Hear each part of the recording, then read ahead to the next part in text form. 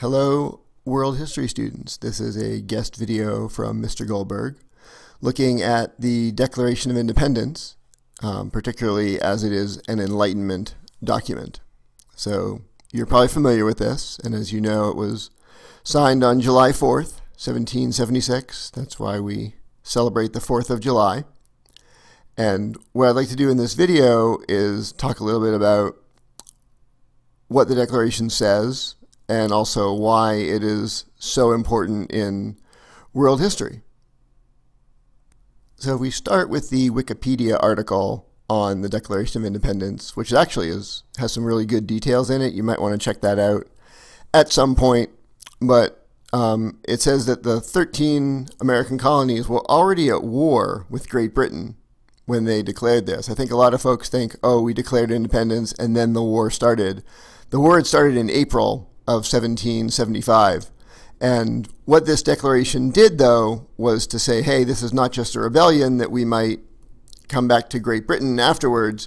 We are now 13 newly independent sovereign states and no longer part of the British Empire. We are forming a new nation, and we're going to call it the United States of America. So a little further down in the Wikipedia article, it says that Abraham Lincoln has made it the centerpiece of his rhetoric, and the second sentence of the Declaration has become a really well-known statement of human rights. And let me go ahead and read that to you.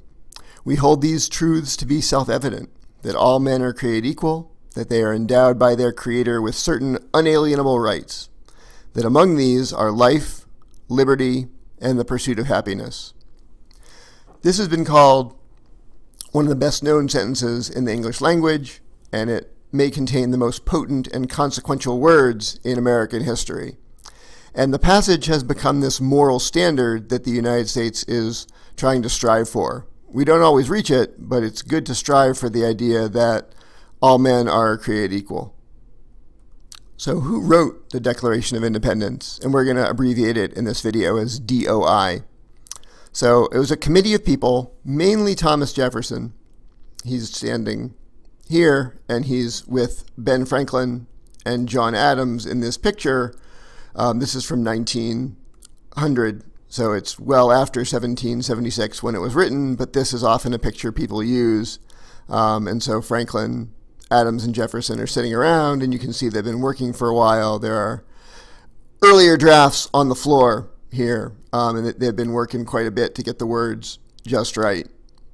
Interesting little side note, we all have laptops at RTHS, and Jefferson drafted the Declaration and many of his writings on this little portable lap desk of his own design. So this is called Declaration House, and it's a boarding house in Market Street in Philadelphia, where Jefferson wrote the Declaration. And then once it was finalized, it was brought to the Assembly Room in Philadelphia's Independence Hall, where people signed it. And Independence Hall is also where the Constitution was drafted. But the Constitution wasn't drafted until after the Revolutionary War, and that was in 1787. And now we're back where we started. This is the Declaration of Independence, but let's just scroll down to the bottom a little bit. And these are the folks who signed it. And as you may know, John Hancock's name is real big in the middle. And sometimes people say, put your John Hancock right there. That's sort of slang for sign your signature. And Hancock's name being real big means that if the colonists had lost the war for independence, he would have been one of the first people that the British would have wanted to hang as a traitor to the crown. So again, in the context of world history, the Declaration of Independence is very much an Enlightenment document. And I assume you've studied a little bit of this, but the Enlightenment basically has these ideas that governments must have the consent of the governed. People have to say, yes, we generally think what you're doing as a leader is good, or we have the right to remove you as a leader. And that's up here, the government's power comes from the people. People have natural rights to life, liberty, and property. The Declaration of Independence replaces property with pursuit of happiness, but it's the same idea. And the idea is that we can use reason to figure out the world. You've just studied the scientific revolution, and the Enlightenment follows very much on the heels of that. We don't need tradition, we don't need kings, and in fact, we shouldn't have power so concentrated in one person. We should separate power out, and we should make it so that there are different branches of government which check each other. And that's more of something that's in the Constitution than in the Declaration of Independence. But these ideas are very much in the air in 1776.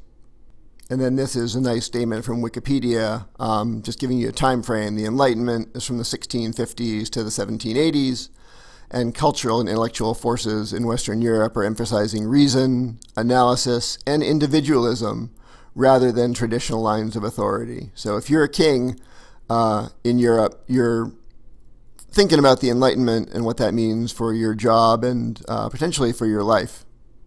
So let's take a closer look at the Declaration of Independence. And if you want to visit this document later on to review, if you go to bit.ly/ and then all this has to be in capital letters or it won't work, but it's Raptor DOI. And again, DOI stands for Declaration of Independence. So if you go to that document, you'll get everything that's here in the video, and you can refer to it.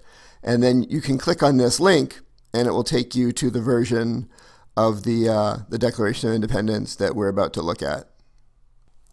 So here it is, and I'm just going to read this first paragraph to you here and kind of translate as we go. So when in the course of human events it becomes necessary for one people to dissolve the political bands which have connected them with one another. Translation, we're going to leave Great Britain. We've been with them for a long time. We should say why. So if we're going to assume among the powers of the earth the separate and equal station to which the laws of nature and nature's God entitle them, a decent respect to the opinions of mankind requires that they, the people who are leaving, should declare the causes which impel them to the separation. Again, translation, we're out of here, Britain, and because we're decent people, we're not just going to leave, we're going to tell you why we leave. So this next section is our statement of philosophy, and we're just going to focus on that first part there that we've already read through, and you can hit pause and read up to there, but this is the whole, all men are created equal, life, liberty, pursuit of happiness. Those are the two key phrases there. And then that to secure those rights, governments are instituted among men, and they get their just powers from the consent of the governed, and that's that Enlightenment idea there.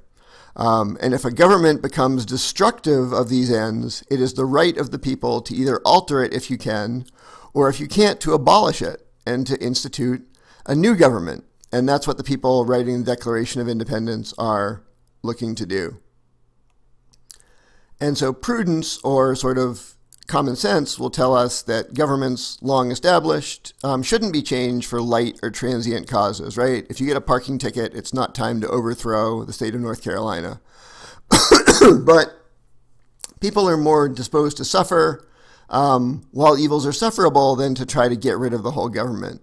But when a long train of abuses and usurpations taking over of powers that the colonial governments feel like they should have happen time after time, it's your right, it is your duty to throw off the government that is messing with you and make sure you have a government that will protect you in the future.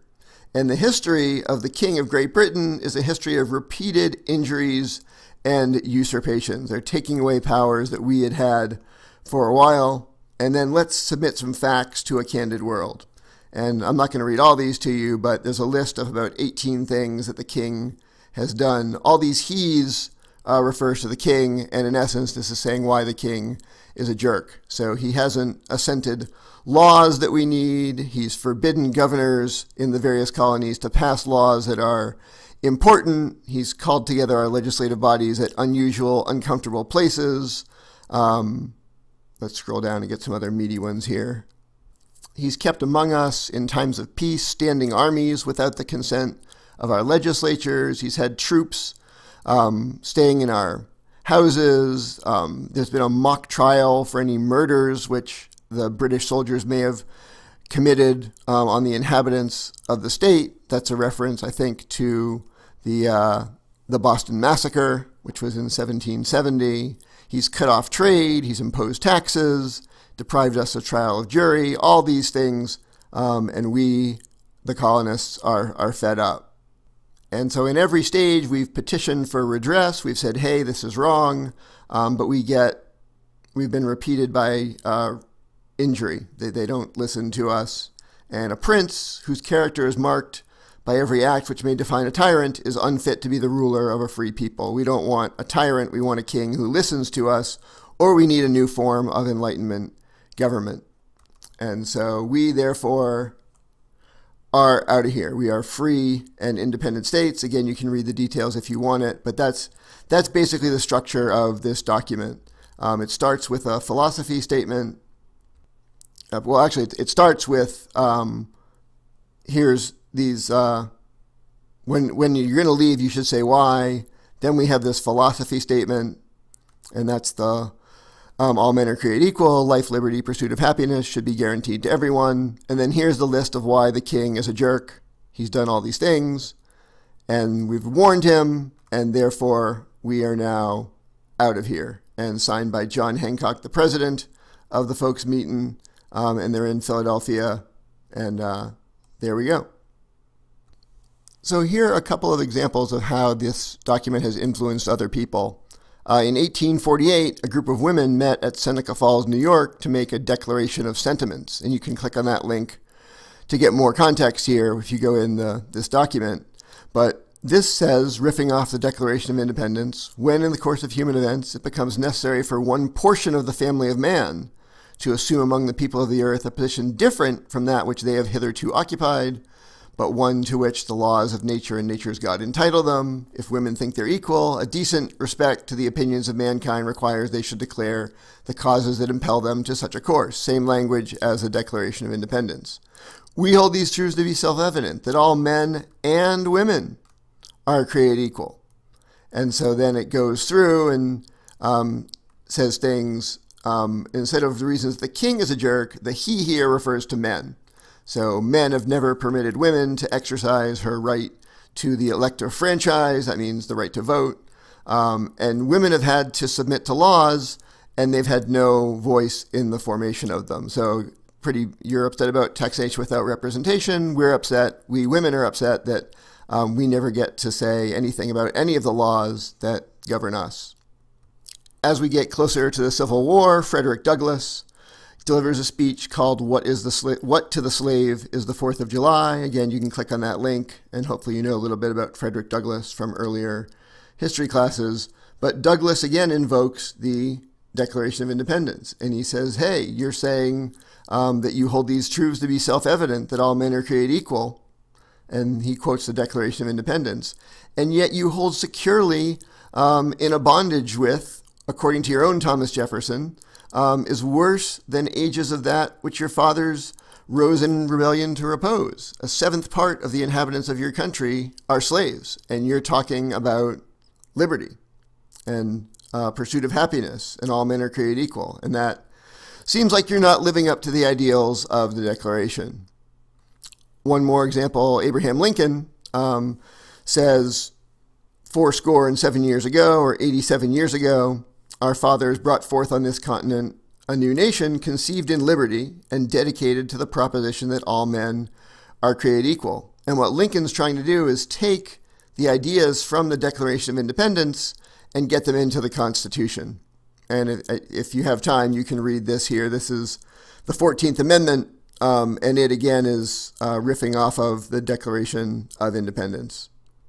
One last example, Dr. King in his famous speech at the Lincoln Memorial that I'm sure you've heard before, I Have a Dream speech, he says, let us not wallow in the valley of despair. I say to you today, my friends, even though we face the difficulties of today and tomorrow, I still have a dream. It is a dream deeply rooted in the American dream. I have a dream that one day this nation will rise up and live out the true meaning of its creed. We hold these truths to be self-evident, that all men are created equal. He's talking about the Declaration of Independence. That's a big promise, that all men are created equal. We're not quite there yet, but the people who signed this document are taking a brave step. and they inspired others who came after them. Thanks for watching.